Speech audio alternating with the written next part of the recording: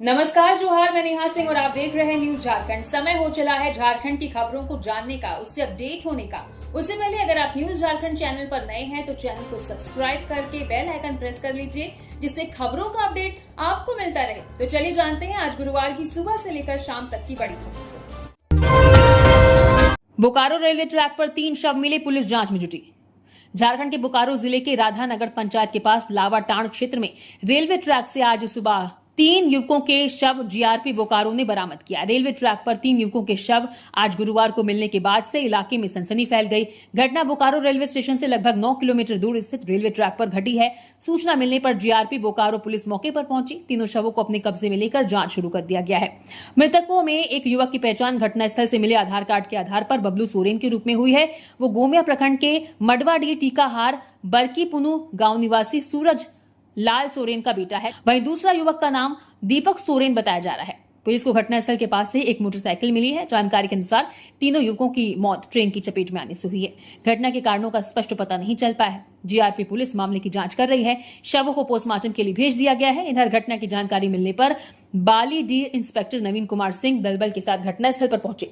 बारीकी से शव के अलावा घटनास्थल का निरीक्षण किया। घटना का पता लगाने के लिए फॉरेंसिक टीम को भी बुलाया गया है। झारखंड में अगले कुछ दिनों तक बदला रहेगा मौसम, बारिश और तेज हवा के आसार। झारखंड में एक बार फिर मौसम का मिजाज बदलने वाला है। मौसम विभाग के अनुसार पश्चिमी विक्षोभ और चक्रवाती परिसंचरण के प्रभाव से 7 जून तक राज्य में मौसम सक्रिय बना रहेगा। इस दौरान कई इलाकों में बादल छाए रहेंगे। हल्की से मध्यम बारिश हो सकती है और मेघ गर्जन के साथ 40 से 50 किलोमीटर प्रति घंटे की रफ्तार से तेज हवा चलने की संभावना है। विभाग ने वज्रपात को लेकर लोगों को सतर्क रहने और खराब मौसम के दौरान खुले स्थानों, पेड़ों तथा बिजली के खंभों से दूर रहने की सलाह दी है। मौसम केंद्र रांची के अनुसार राजधानी रांची समेत राज्य के विभिन्न हिस्सों में अगले कुछ दिनों तक मौसम में उतार चढ़ाव बना रहेगा। दिन के तापमान में 2 से 3 डिग्री सेल्सियस तक बढ़ोतरी होने से उमस और गर्मी महसूस हो सकती है। हालांकि बीच बीच में होने वाली बारिश से राहत भी मिलेगी। 6 और 7 जून को रांची सहित मध्य और दक्षिणी झारखंड में बारिश और गरज चमक की गतिविधियां बढ़ने की संभावना है, जबकि 8 और 9 जून को अधिकांश क्षेत्रों में मौसम अपेक्षाकृत साफ रहने का अनुमान है। विभाग ने किसानों को भी मौसम पूर्वानुमान के अनुसार कृषि कार्यों की योजना बनाने की सलाह दी है। गिरिडीह में महिला से 3,36,000 रुपए की चेन झपटी। रिश्तेदार से मिलकर लौट रही थी, दरवाजे पर खींच ली चेन। सीसीटीवी जांच कर रही पुलिस। गिरिडीह के नगर थाना क्षेत्र अंतर्गत न्यू बरगंडा मोहल्ले में बाइक सवार 2 बदमाशों ने एक महिला के गले से सोने की चेन झपट ली और मौके से फरार हो गए। जानकारी के अनुसार पीड़िता शांति देवी अपने रिश्तेदार के घर से लौट रही थी। रिश्तेदारों का घर उनके घर से करीब 500 मीटर की दूरी पर ही स्थित है। शांति देवी ने बताया कि जब वो पैदल अपने घर से मुख्य दरवाजे के पास पहुंची, तभी पीछे से एक बाइक पर सवार 2 युवक तेजी से आए। इससे पहले कि वो कुछ समझ पाते, बाइक के पीछे बैठे युवक ने उनके गले से सोने की चेन झपट ली। घटना इतनी अचानक हुई कि महिला को संभलने का मौका तक नहीं मिला।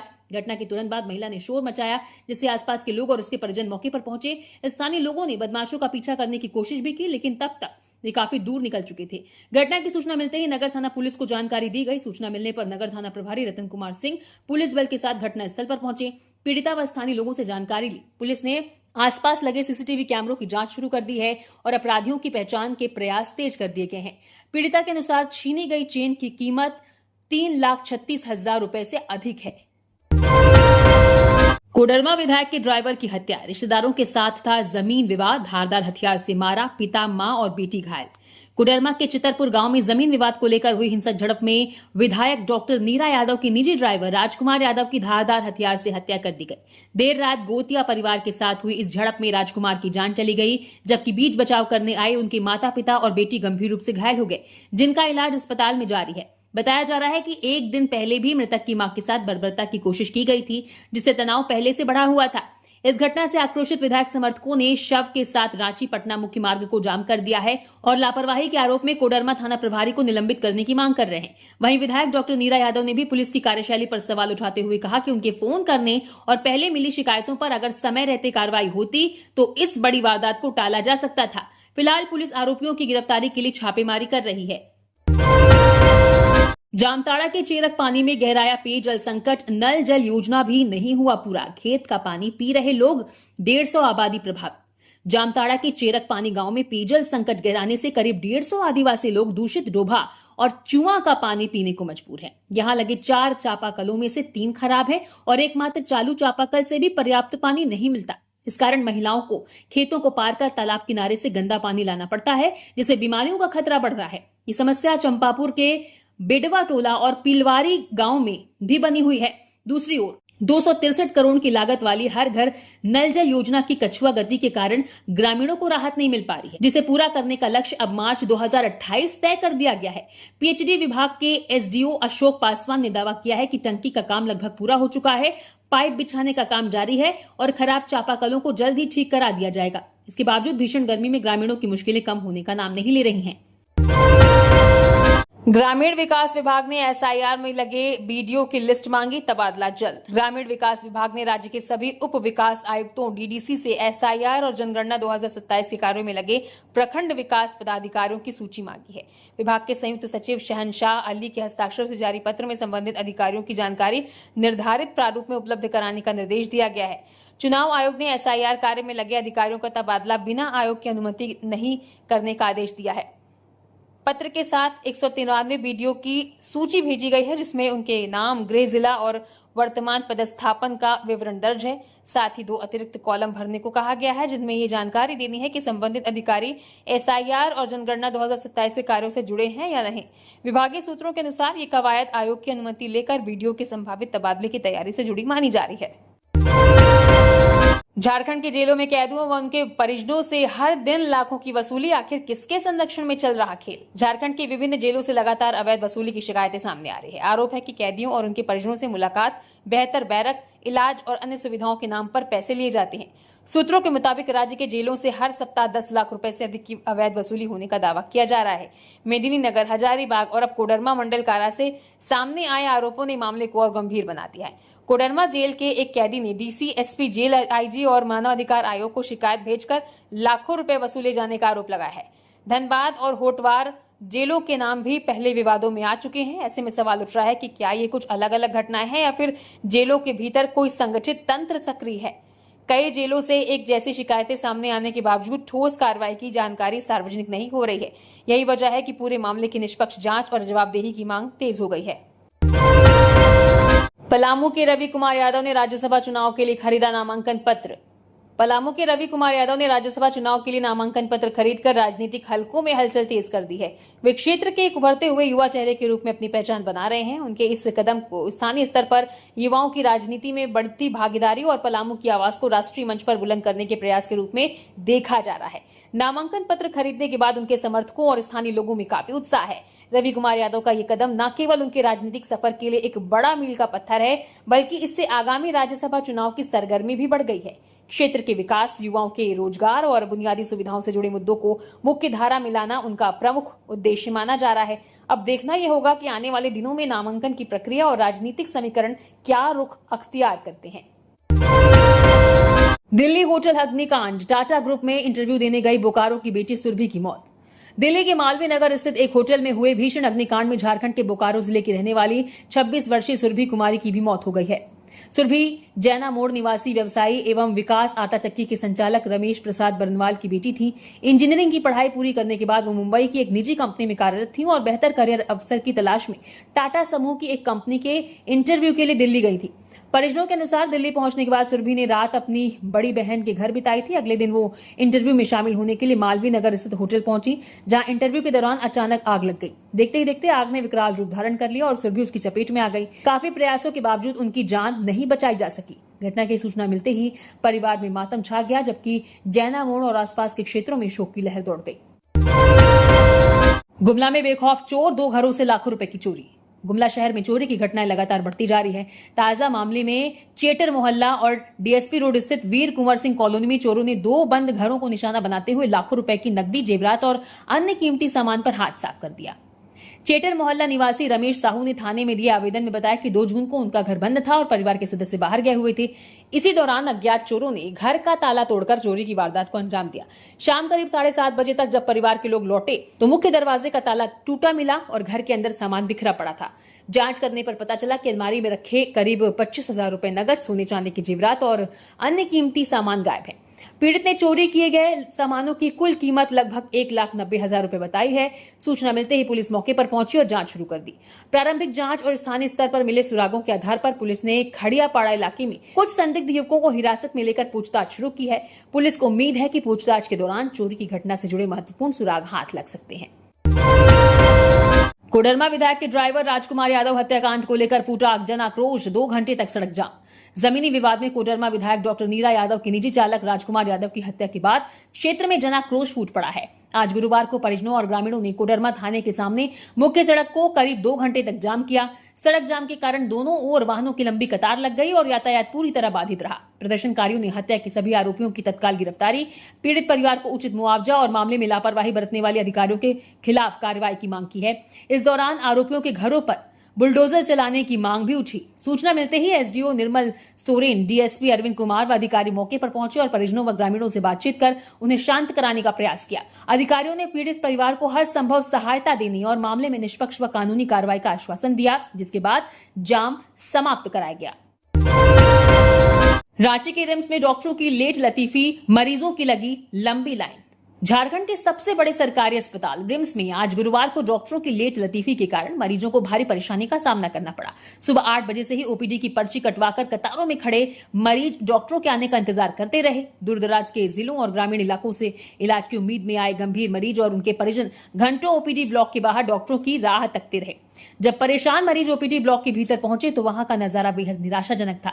अस्पताल के सीनियर डॉक्टर अपनी ड्यूटी से नदारद थे, जिसके चलते मेडिसिन और स्त्री रोग जैसे मुख्य और बेहद व्यस्त विभागों की पूरी जिम्मेदारी केवल कुछ जूनियर डॉक्टरों के भरोसे छोड़ दी गई थी। सीमित स्टाफ होने के कारण मरीजों की लंबी लाइन होती चली गई और व्यवस्थाएं पूरी तरह चरमरा गई। इस चरमराई स्वास्थ्य व्यवस्था को लेकर मरीजों और उनके परिजनों में रिम्स प्रबंधन के खिलाफ भारी आक्रोश देखा गया। लोगों का कहना है कि प्रबंधन के बड़े बड़े दावों और कड़े नियमों के बावजूद डॉक्टरों को समय पर न पहुंचना अस्पताल की लचर निगरानी को साफ उजागर करता है। पीड़ित परिजनों ने मांग की है कि रिम्स प्रशासन इस घोर लापरवाही का तुरंत संज्ञान ले और जिम्मेदार डॉक्टरों के खिलाफ सख्त कार्रवाई करे, जिससे गंभीर मरीजों को समय पर सही इलाज मिल सके। रिश्वत लेने के आरोपी सिमडेगा होमगार्ड ऑफिस के मुंशी ने एसीबी कोर्ट से मांगी बेल। रिश्वत लेने के आरोपी व होमगार्ड ऑफिस सिमडेगा के मुंशी राजू कुमार साहू ने एसीबी कोर्ट से जमानत की गुहार लगाई है। उसकी जमानत याचिका पर अदालत शुक्रवार 5 जून को सुनवाई करेगी। दरअसल एसीबी की टीम ने 21 मई 2026 को राजू कुमार साहू को 7,000 रुपए रिश्वत लेते पकड़ा था। आरोप है कि राजू कुमार ने होमगार्ड में ड्यूटी लगाने के लिए श्रवण कुमार से 7,000 रुपए रिश्वत की मांग की थी, जिसकी शिकायत श्रवण कुमार ने निगरानी ब्यूरो में की थी। शिकायत मिलने के बाद टीम ने मामले का सत्यापन किया, जिसमें घूस मांगे जाने की बात सही पाई गई। इसके बाद निगरानी की टीम ने जाल बिछाया और राजू कुमार साहू को रिश्वत की राशि के साथ गिरफ्तार किया था। राजू कुमार साहू के पास से विजिलेंस की टीम ने 21,000 रुपए बरामद किए थे। मामले को लेकर एसीबी थाने में कांड संख्या 11/2026 दर्ज है। चतरा में अज्ञात वाहन ने कोयला विक्रेता को रौंदा, संघरी घाटी में बाइक सवार की मौके पर मौत, शव हुआ क्षत विक्षत। चतरा जिले की संघरी घाटी में गुरुवार सुबह एक सड़क हादसे में बाइक सवार एक कोयला विक्रेता की मौके पर मौत हो गई। एक अज्ञात भारी वाहन ने उसे कुचल दिया, जिससे उसकी मौके पर मौत हो गई। मृतक कोयला विक्रेता अपनी दैनिक आजीविका कमाने के लिए घर से निकला था। हादसे में उसके शव के टुकड़े टुकड़े हो गए। मृतक की पहचान हजारीबाग जिले के बड़का गांव प्रखंड क्षेत्र के शिवाड़ी गांव निवासी 40 वर्षीय महेंद्र प्रसाद महतो पिता वासुदेव महतो के रूप में की गई है। महेंद्र रोज बड़का गांव में एनटीपीसी द्वारा डंप किए गए कोयले से बचा हुआ कोयला चुनते थे और उसे अपनी बाइक पर लादकर बेचने के लिए चतरा आते थे।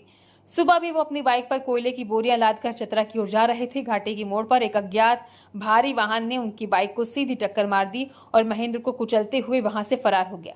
टक्कर इतनी भीषण थी कि महेंद्र का शव बुरी तरह रौंद गया और उनकी मोटरसाइकिल के परखच्चे उड़ गए। बाइक पर लदा कोयला पूरी सड़क पर बिखर गया। महेंद्र प्रसाद महतो अपने परिवार के इकलौते कमाऊ सदस्य थे।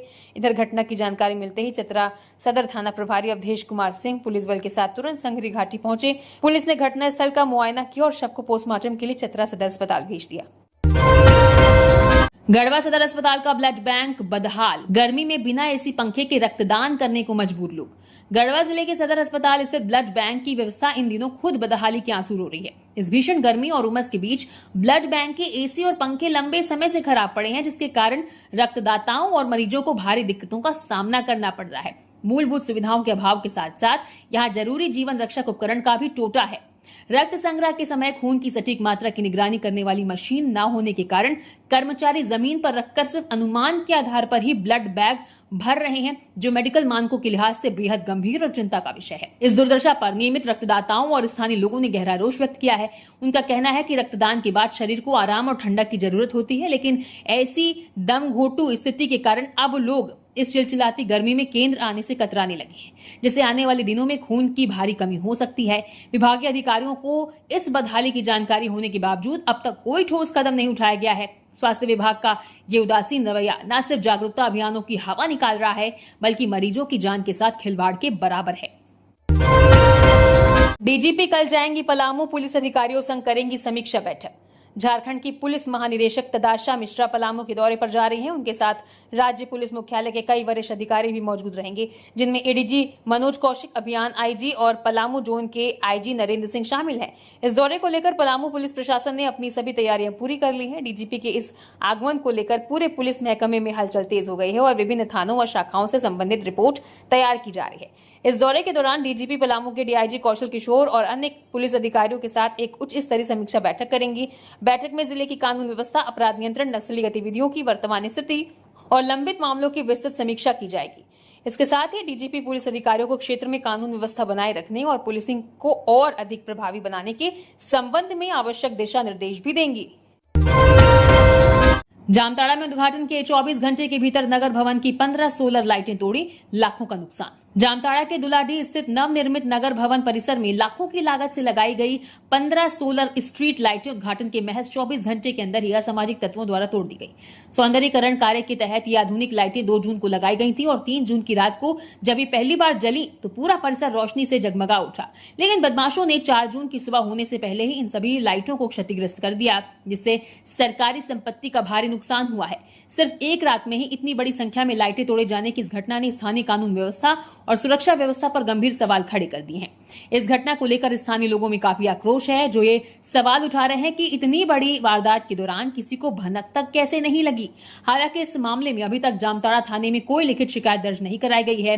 मामले पर जामताड़ा थाना प्रभारी मनोज कुमार महतो ने बताया कि उन्हें इस घटना की कोई आधिकारिक सूचना तो नहीं मिली है, लेकिन पुलिस अपने स्तर पर जानकारी जुटा रही है। पुलिस का कहना है कि मामले की जांच कर जल्द ही दोषियों के खिलाफ उचित और सख्त कानूनी कार्रवाई की जाएगी।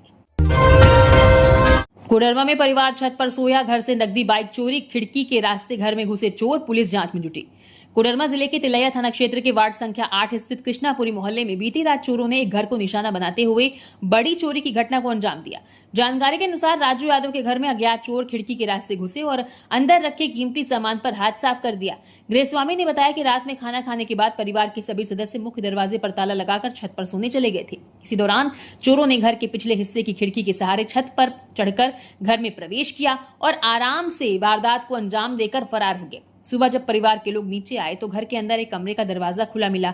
जांच करने पर पता चला कि पूजा स्थल पर रखे कांसे और पीतल के सभी बर्तन गायब हैं। इसके अलावा एक बैग भी चोरी हो गया है, जिसमें करीब 40,000 रुपए नगद रखे थे। घटना यहीं तक सीमित नहीं रही। जब गृह स्वामी ने मुख्य दरवाजा खोलकर बाहर देखा तो उनकी बाइक भी घर के बाहर से गायब थी। इस तरह चोरों ने घर के अंदर और बाहर दोनों जगह से सामान चोरी कर लिया, जिससे परिवार को भारी नुकसान हुआ है। घटना की सूचना मिलते ही तिलैया पुलिस मौके पर पहुंची और मामले की जांच शुरू कर दी है। गृहस्वामी के अनुसार उनका घर रेलवे लाइन के पास और अपेक्षाकृत सुनसान इलाके में स्थित है, जिसका फायदा चोरों ने उठाया।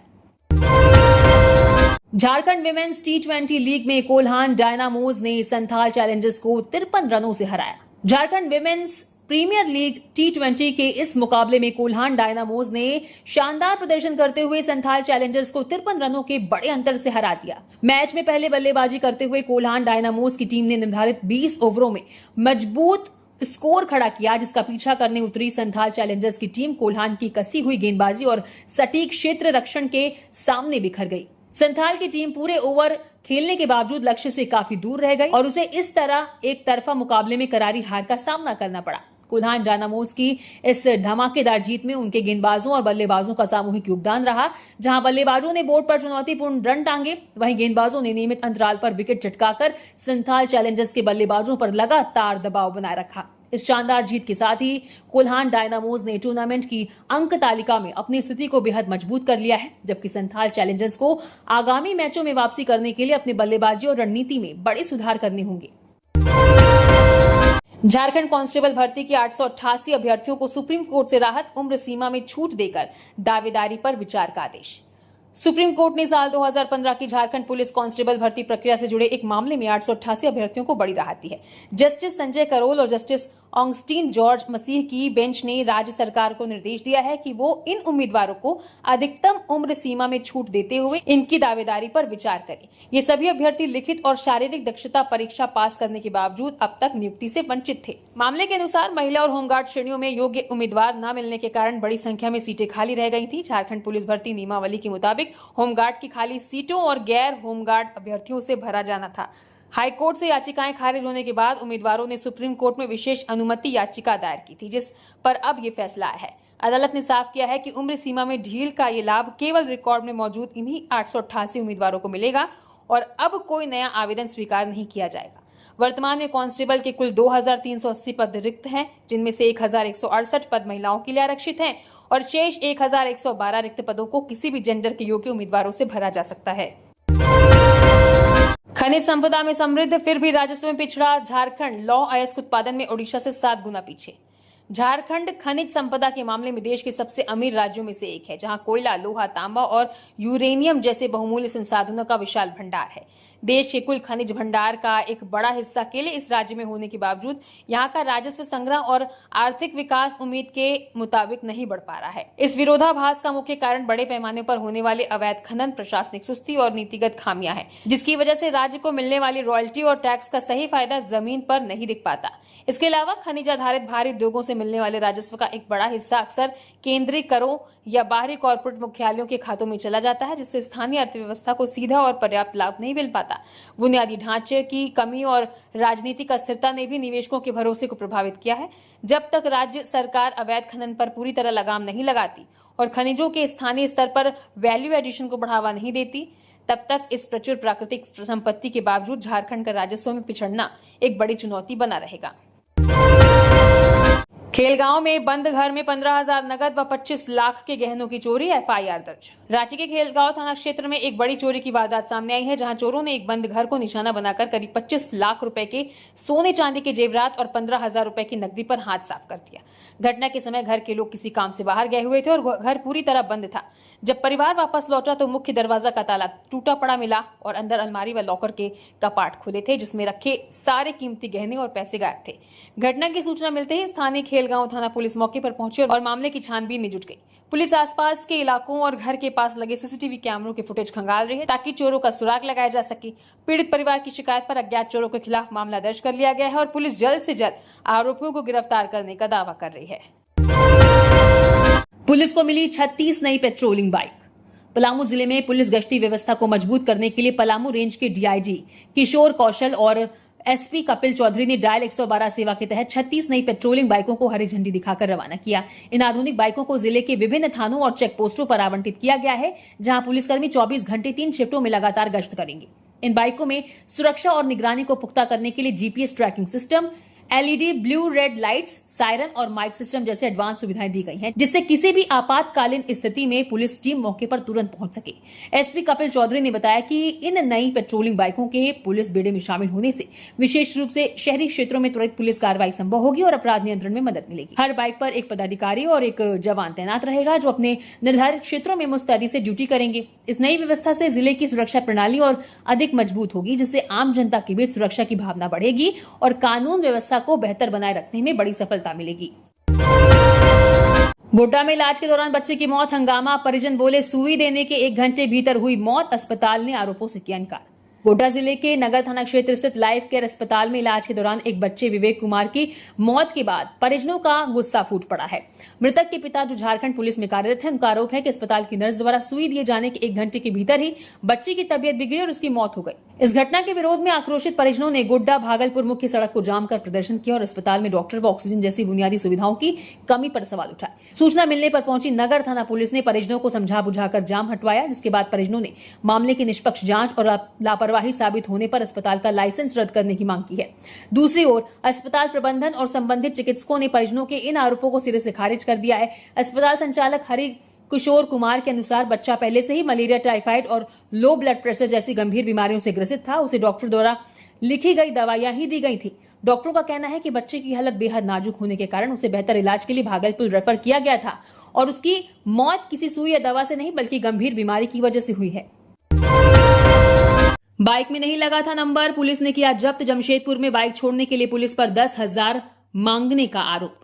जमशेदपुर के टेल्को थाना क्षेत्र में बिना नंबर प्लेट की बाइक जब्त किए जाने और उसे छोड़ने के एवज में 10,000 रुपए की रिश्वत मांगने का एक गंभीर मामला सामने आया है। बुधवार देर रात पुलिस गश्ती दल ने प्रकाश नगर निवासी संतोष सिंह की स्प्लेंडर मोटरसाइकिल को नंबर प्लेट न होने के कारण जब्त कर लिया था।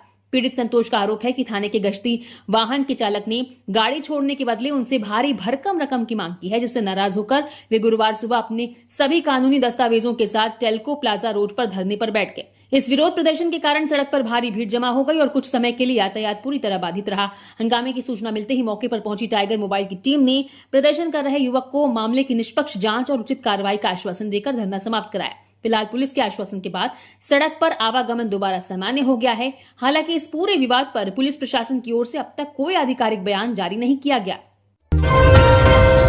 कोडरमा जेल में अवैध वसूली की जांच तेज। 2 सदस्यीय टीम ने 5 घंटे तक की पड़ताल, बंदियों से की बात, दस्तावेज भी जांचे।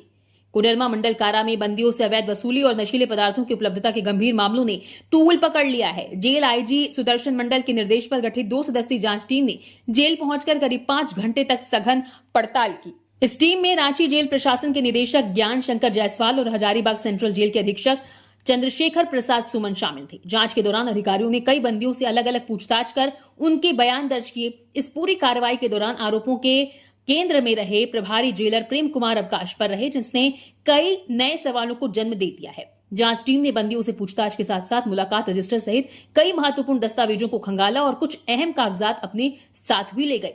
शिकायतकर्ता पक्ष और बंदियों द्वारा टीम को ऑनलाइन पेमेंट से जुड़े स्क्रीनशॉट भी सौंपे गए, जो अवैध उगाही के आरोपों को पुख्ता करते हैं। अधिकारियों के अनुसार बंदियों के बयानों, दस्तावेजों और मिले डिजिटल साक्ष्यों के आधार पर एक विस्तृत रिपोर्ट तैयार की जा रही है। ये रिपोर्ट जल्द ही जेल आईजी को सौंपी जाएगी, जिसके बाद मामले में आगे की कड़ी कानूनी कार्रवाई तय की जाएगी। एनडीआरएफ की टीम आज डूबे युवक की कर रही तलाश, देर रात हटा सड़क जाम। सोहिया पहाड़ के माइंस के गड्ढे में डूबे पतरा खुर्द निवासी लवकुश कुमार की तलाश में जुटी एनडीआरएफ की टीम का सर्च ऑपरेशन आज शाम तक अंतिम दौर में पहुंच चुका है। विशेष उपकरणों और गोताखोरों की मदद से पानी से भरे गहरे गड्ढे में युवक को ढूंढने का हर संभव प्रयास किया जा रहा है। जैसे जैसे समय बीत रहा है, शव की बरामदगी न होने से डूबे युवक के परिजनों की बेचैनी और ग्रामीणों का आक्रोश बढ़ता जा रहा है, जिसे देखते हुए प्रशासन और सुरक्षा बल मौके पर मुस्तैद हैं। इससे पहले बुधवार को शव की तलाश में हो रही देरी से नाराज ग्रामीणों ने भोजपला छतरपुर मुख्य सड़क को पूरी तरह जाम कर दिया था, जिससे करीब 6 घंटे तक वाहनों के पहिए थमे रहे। हालांकि प्रशासन की समझाइश और कड़ी मशक्कत के बाद कल देर रात 12 बजे इस जाम को हटवा दिया गया था, जिसके बाद से इस मार्ग पर आवागमन पूरी तरह सामान्य है। फिलहाल स्थानीय प्रशासन की पूरी नजर एनडीआरएफ के इस रेस्क्यू ऑपरेशन के नतीजों पर टिकी है। इसी तरह और भी खबरों से अपडेट रहने के लिए न्यूज झारखंड चैनल को सब्सक्राइब करें। धन्यवाद।